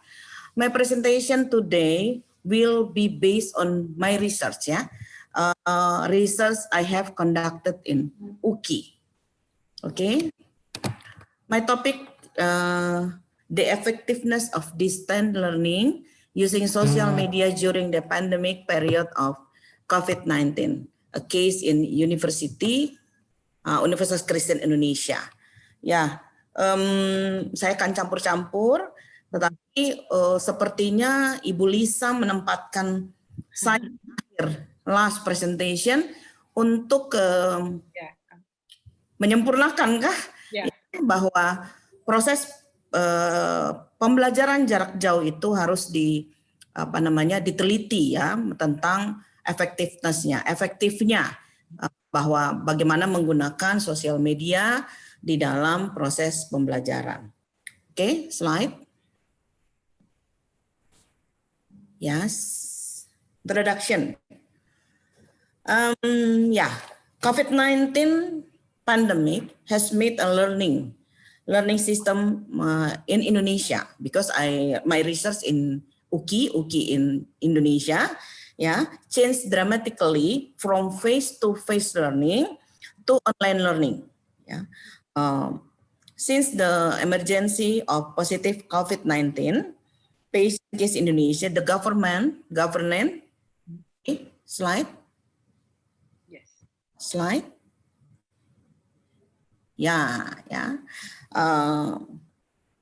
Ministry of Education, Ministry of Education and Culture, and then Ministry of Religion of the Republic Indonesia has implemented a policy of learning and working from home since mid-March 2020. In line with the development of information and communication technology, COVID-19 has forcing campuses to innovate and transform in learning, one of which is by using distance learning.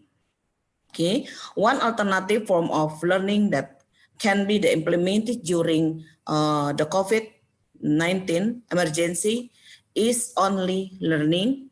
Online learning is learning that use internet networks with accessibility, connectivity, flexibility, and the ability to bring up various types of learning interaction.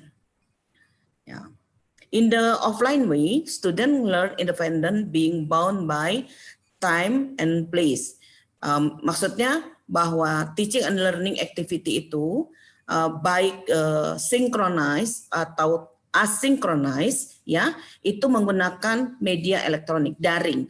Synchronize like virtual class, and then asynchronous like independent self independent belajar mandiri and then in the offline way atau luring, student learn independent, student harus mandiri belajar tanpa batasan waktu dan juga tanpa batasan tempat, dan itu menggunakan data atau sources juga dari buku-buku, ya. Oke. Slide. Oke. Nah, sorry. Back. Yeah, post-pandemic COVID-19 in the background, yeah, education that has started and should be continue to meet the concept of blended learning, ya, even to online learning. Tadi kita sudah banyak ya dapat masukan ya after pandemic COVID-19, Indonesia or UKI harus prepare untuk blended learning sampai kepada online learning. Oke, slide. Yeah, online learning, it is implementation requires to support of mobile, ya, devices. Kita semua tahu ya, smartphone, tablet, laptop can be used, ya, can be used, access information anywhere and anytime. But important things in implementing e-learning. Jadi kalau kita mau menggunakan pembelajaran e-learning, ada beberapa tahap yang harus kita perbaiki dibandingkan dengan tatap muka ya, kuliah tatap muka ya, atau traditional education ya. Lecturers and student must improve internet skill and computer literacy. Ya, lecturer must be able ya to advantage channel ya, like LMS ya, communication media, social media, and others. Redefine learning outcomes, ya, carry out of constructive. Jadi harus mengembangkan ya, kemudian mengembangkan lagi ya kurikulum ya, sehingga proses pembelajaran jarak jauh itu dapat mengadopsi dan menghasilkan outcome base ya, sesuai dengan seperti yang kita tahu, sesuai dengan kebutuhan pasar ya. Slide. Okay. Lecture must be ensure the richness of course material with a perspective. Nah, ini sangat penting ya, self learning in digital format, sehingga lecture atau dosen itu harus mengembangkan format digital. Ya, because student must be learn by herself or himself, and then kalau lecture tidak memberikan digital format yang user friendly ya, maka itu akan menyebabkan kesulitan bagi student untuk self learning. Slide. Okay. Determine the duration of each learning unit. Ya. This is important ya, penting sekali untuk kita mengatur waktu ya, mengatur waktu ketika kita menggunakan e-learning, karena dengan menggunakan waktu yang jika kita tatap muka biasa kita banyak punya waktu, tetapi ketika kita melakukan e-learning itu di UKI khususnya tempat saya research itu banyak kendala ya, salah satunya adalah paket ataupun internet yang sangat terbatas. Oleh karena itu, dosen harus dapat mengaturnya dengan baik sehingga tujuannya tercapai. Oke, slide. Ya, assessment demikian, assessment in form of quizzes and independent assignment must be prepared. Ya, jadi sedikit berbeda ya, harus dilakukan assessment by online ya. Sedikit berbeda dengan asesmen kalau tatap muka biasa. Infrastruktur dan bandwidth ya, kampus must prepare ya untuk support ya. Oke. Slide. COVID-19 pandemic. The condition of the COVID-19 pandemic have result in extraordinary change the field of education. So, right? Ya, kita sudah sama-sama mendengar sejak awalnya. It is if all levels of education, semua level ya harus adaptive drastically, secara drastis ya, menggunakan online media or distance learning. and it's not easily. Yeah, the problem is a world of education that the learning process is not uniform standard. Yeah, because I told in an introduction, COVID-19 is in Indonesia changed dramatically for a method. Ya, jadi tiba-tiba sehingga tidak ada persiapan, tidak ada standarisasi. Ya. Various learning media application have also been available. So siapa saja tinggal menggunakan bentuk-bentuk yang sudah disiapkan baik oleh pemerintah maupun private. The private sector also provides online tutoring, ya, like Teacheroo, school, Kahoot, Edmodo, and others. And 6, it is necessary to improve the quality of human resource. Ya, this is important. Ya, jadi human dalam hal ini dosen dan juga siswa harus benar-benar meningkatkan skills terhadap internet dan literasi komputer. Ya, effectiveness. Topiknya adalah effectiveness. Ya. Effectiveness in general shows to what extent the achievement of learning, objective that have been determined. The characteristic of the effectiveness of the learning program are successfully in delivering students, to achieve predetermined instructional goals, provide an attractive learning experience, actively involve student. Ya, effectiveness show how far, seberapa jauh pencapaian siswa, pencapaian mahasiswa, ya, pembelajar kita. Nah, the characteristic of effectiveness of learning program dapat dilihat dari student success in achieving, ya, kesuksesan student untuk mencapai tujuan pembelajaran, provide an attractive learning experience that involve attractive role of student. Kemudian effectiveness itu dapat juga measure by several indicator. Ada beberapa indikator, di antaranya student interest in learning activity, the success rate of student learning, and supporting process and facility. Jadi supporting process dan facility dapat atau sangat menunjang terjadinya effectiveness dalam proses pembelajaran. Oke, slide. The effectiveness of the learning program is not only terms of the level of learning achievement, but must also be reviewed in terms of the process and supporting facility. The effectiveness of online learning is expected to be equivalent to learning through face-to-face delivery mode. This research will analyze the effectiveness of distance learning using social media, during pandemic COVID-19 from the perspective of students using MAUT.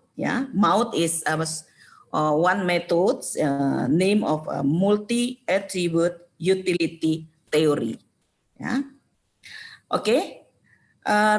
Survey results. This research is a quantitative descriptive study using survey methods. The primary data collection, in this study by distributing questionnaire online to 250 respondents, namely UKI students, who carried out lectures on theory, practicum, mixed practicum theory, and fieldwork practice only through social media. In addition, secondary data collection is done through literature studies to find documents, books, journal, and others related to the topic. Yeah. Okay. Now, that data analysis in this research use descriptive and statistic, which are then analyzed and interpreted using MAUT ya tadi ya, MAUT as multi-attribute utility theory to determine of effectiveness support system method that it used to change for several interests and into numerical value on a scale 0 until 1, with 1 representing the worst choice, yeah, and one representing is a good choice. The end result is a ranking order of alternative evaluation that illustrated the choice of decision makers. I want to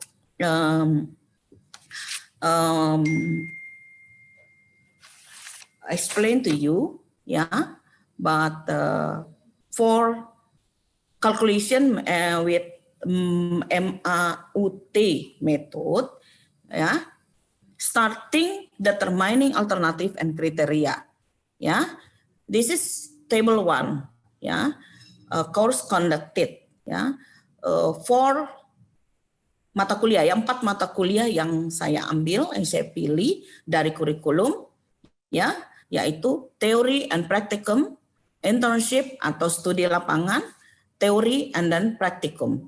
Saya deskripsikan dengan code, ya, teori and practicum, code A1, internship A2, teori A3, and then practicum A4. Okay.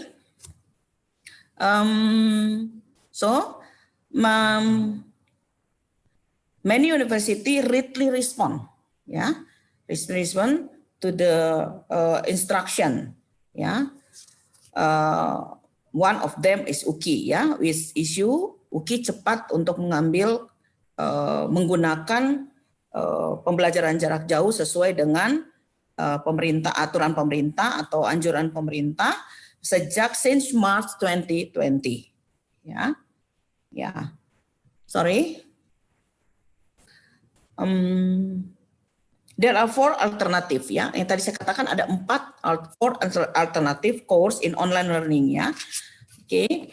Nah, determination of the level importance of each based on the weight value used are recommended the effectiveness of distance learning using media sosial like Facebook, Instagram, and YouTube is a case in a table 2, ya, in criteria and range. Jadi pertama sekali kalau kita menggunakan MAUT, ya, atau MAUT itu dimulai dari kita menentukan alternatif, ya, alternatif dan kriteria, ya. Alternatif itu tadi yang course conducted, ya, table 1 for mata kuliah ambil dari kurikulum, ya. Kemudian kita buat kriteria, yaitu kriteria and range, ya, kriteria and range.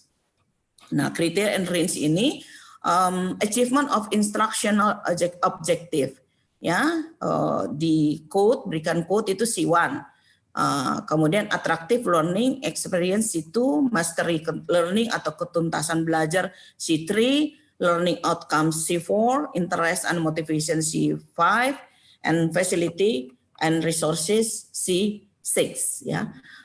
Kriteria ini punya range, ya, mulai dari 0,25 sampai 0,90, ya. Nah, setelah kita lakukan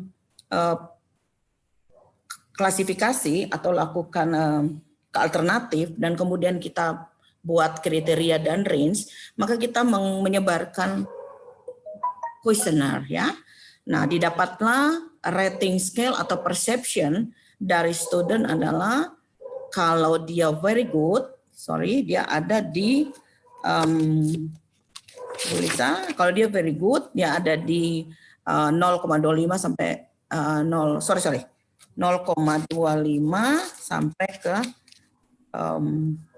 saya tidak bisa lihat nih very good, ya. Very good, good, fair, dan yang bawah ya tidak baik ya. Nah, itu ada angka-angkanya ya. Oke, slide. Ya. Nah, setelah kita bikin persepsi ya, maka kita akan membuat its perception of assessment given yang tadi ya, rating ya untuk perception ya. Nah, kemudian kita lakukan average evaluation and respondent on alternative courses ya, di mana 4 kriteria, kemudian 4 pembobotan ya, hasil daripada kuesioner ya, kita olah datanya dan kemudian kita kalikan ya dengan preferensi dari angka preferensi. Maka didapatkan slide berikutnya. Slide. Ya. Nah, maka didapatkan adalah normalization matrix and preference race ya. Boleh dilihat preference race 0,1, 0,2, 0,3 itu sesuai dengan kriteria yang ada ya di dalam metode MAUT ya. Furthermore, normalization of an effective recommendation sangat efektif, memberikan rekomendasi efektif for distance learning ya, menggunakan Facebook, Instagram, and YouTube is obtained using the equation formula. Then the results, the table in the dapat dilihat pada table nomor 5. Slides. Ya. Dr. Sorry, you have 5 minutes more. Oke, ya. Oke, ya. Jadi nilainya semuanya dikalikan setelah kita normalisasi matriks dan preference, analisa, masukkan ke dalam matriks normalization result, and then slide. Ya, maka kita bisa mendapatkan result dari masing-masing kriteria. Ya, oke. Calculation result based on equation formula are displayed in matrix form table 6 below ya. Jadi kita bisa lihat teori and practicum A1 resultnya adalah 0,70 atau 0,70 sorry. Kemudian internship atau kerja lapangan 0,20, kemudian teori 0,88 dan praktikum 0,4. Nah, hasil result itu kemudian akan dirankingkan ya, dari keempat mata kuliah yang paling efektif menggunakan yang paling efektif ya menggunakan media sosial adalah pada mata kuliah teori saja ya, ranking pertama. Nah, kemudian teori and praktikum dia ranking kedua, dan praktikum pada posisi ketiga, dan internship pada akhirnya ya. Oke, slide. Oke. Nah, conclusion ya. Perception of distance learning using social media courses rank first with a value of 0,88 ya, atau 0.88, follow by practical theory yang tadi saya sampaikan ya, courses with value of 0,70, kemudian courses practicum are in third place, value of 0,42, and failed courses are in the order of 4 with a value 0,20. This means, artinya ya, this means pembelajaran jarak jauh menggunakan media sosial, this means the student perception of distance learning using social media will be effective for theoretical and practical theory course only. For practicum course and field courses is not effective ya, to the remotely using social media. Nah, research ini memberikan rekomendasi ya, rekomendasi one, slide. Recommendation dari research ini adalah one, change in the mindset all human resources educators and students about online learning from various aspect, dari berbagai macam aspek ya. Two, educators must innovative teaching methods. Itu sangat penting ya. Must innovative teaching methods using the blended learning as outlined ya in the RPS ya. Kita melakukan itu di prodi kita ya, ketika face to face ya menjadi online, maka RPS pun berubah ya. Nah, 3, prepare teaching material in the form of books, module, tutorial, practicum, guides ya, form e-books. 4, practicum and field subject. It is recommended to use learning media in the form of instructional video, yeah, or use some ready mode application, yeah. Last, further research is needed to see the effectiveness of using video learning and application that have been made on student learning outcomes in the new normal period, especially in practicum and field study course. Oke, thank you. Terima kasih. Ini waktunya terburu-buru. Nanti ini akan kita masukkan dalam proceeding ya. Jadi teman-teman bisa lebih detail melihat hasil research ini di dalam proceeding webinar ini. Terima kasih Ibu Lisa. Okay, thank you very much, Dr. Bernadetta. I think it's very interesting because her presentation based on her own research in Universitas Kristen Indonesia is the closed one, yes, in our second webinar here. And thank you, Dr. Bernadette and Dr. Hotmaulina, for a very valuable and interesting and give very beneficial for all of us here, all the participants. And I have some sentence or statement, a very good sentence in the chat box.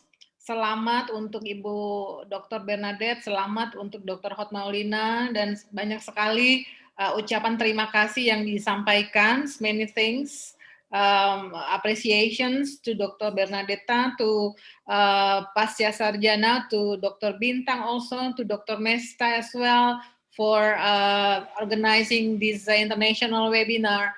I think there is one question, then maybe will be answered, akan dijawab oleh Dr. Hotmaulina from Nobe Bararita. Yes, I will read this. Good afternoon, Ma'am Hotmaulina. You have mentioned about SPME. Ibu membicarakan tentang SPME, and our school has just met SPME team. Sekolah kami baru bikin tim SPME, Bu, katanya begitu. How to evaluate SPME, bagaimana mengevaluasi SPME during this COVID era, gitu. Bagaimana mengevaluasi SPME pada saat masa sekarang ini, where have limitation in every situation, dengan semua keterbatasan waktu yang ada. Thank you, Bu Hotma. Silahkan boleh menjawab bahasa Indonesia. I will translate to bahasa Inggris. Oke, thank you. Implementasi SPME di Indonesia dengan mengimplementasikan PPEPP. P yang pertama adalah penetapan standar, lalu standar yang ditetapkan diimplementasikan. Pertanyaannya tadi adalah bagaimana mengevaluasi SPME pada masa pandemi COVID-19 sekarang ini. Evaluasi pelaksanaan standar dapat dilakukan dengan dua cara. Pertama adalah dengan review. Review ini dilakukan secara periodik dan bertahap. Review ini boleh dilakukan dengan online karena sifatnya tidak terlalu banyak dan tidak terlalu berat. Namun untuk evaluasi yang merupakan mandat dari Permendikbud itu haruslah dengan menggunakan audit mutu internal. Audit mutu internal bisa kita lihat dengan apakah standar itu telah dilaksanakan dan sejauh mana pencapaiannya. Karena masa pandemik ini boleh dilakukan dengan dua cara. Pertama adalah boleh dengan offline, tetapi auditinya dibatasi dan auditornya dibatasi agar sesuai dengan protokol yang ditetapkan oleh pemerintah. Tetap pakai masker, jaga jarak, dan juga mencuci tangan. Yang kedua, bisa juga dengan sistem, yaitu sistem audit mutu internal. Beberapa perguruan tinggi telah mengembangkan audit mutu internal dilakukan dengan menggunakan sistem. Demikian. Jadi kita bisa memilih apakah offline, tetapi membatasi auditi dan auditor, atau dengan online. Demikian, terima kasih. Yeah, okay, thank you, Dr. Hotmaulina. I will translate it to English.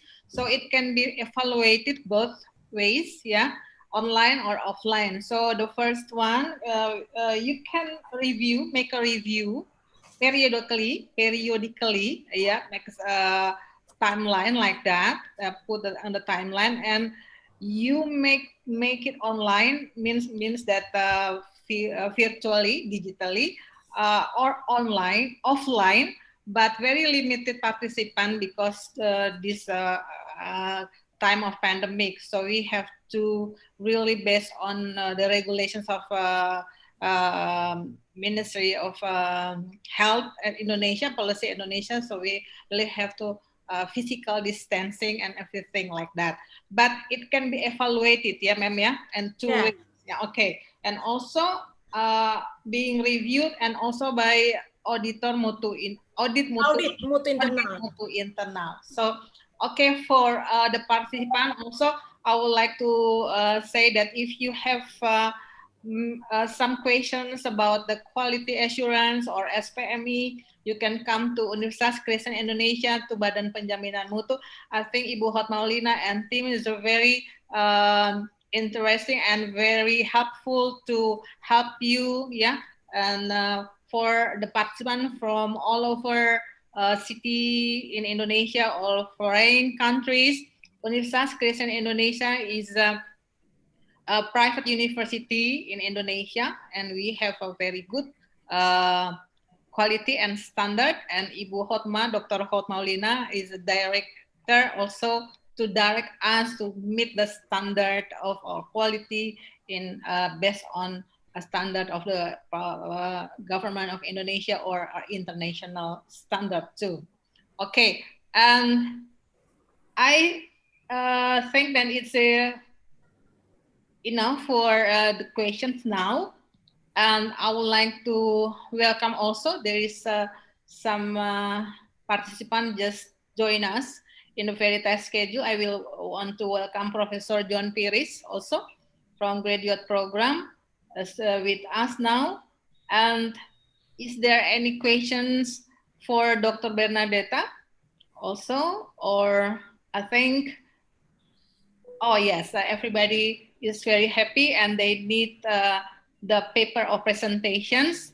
And I would like to say that all the presentation from the first webinar, international webinar, the second one, the third one, we will make or collect all the papers and we will make in international proceeding.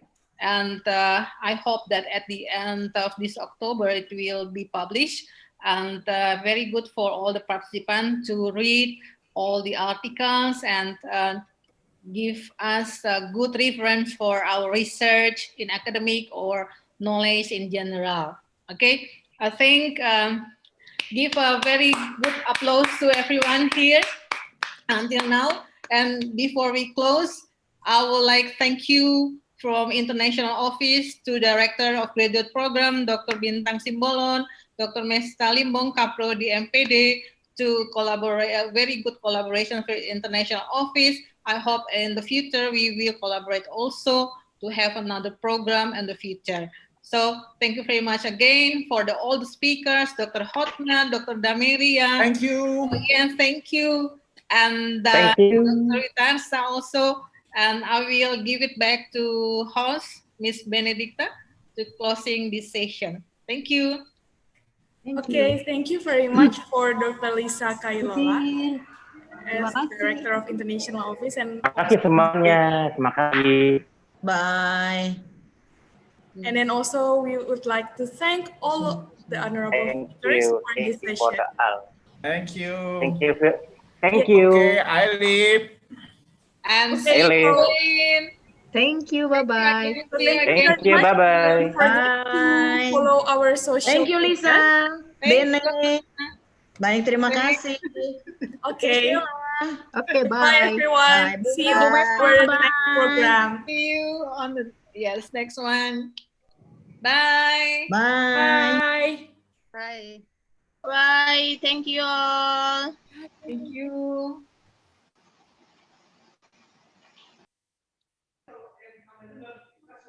Bu Lisa, thank you.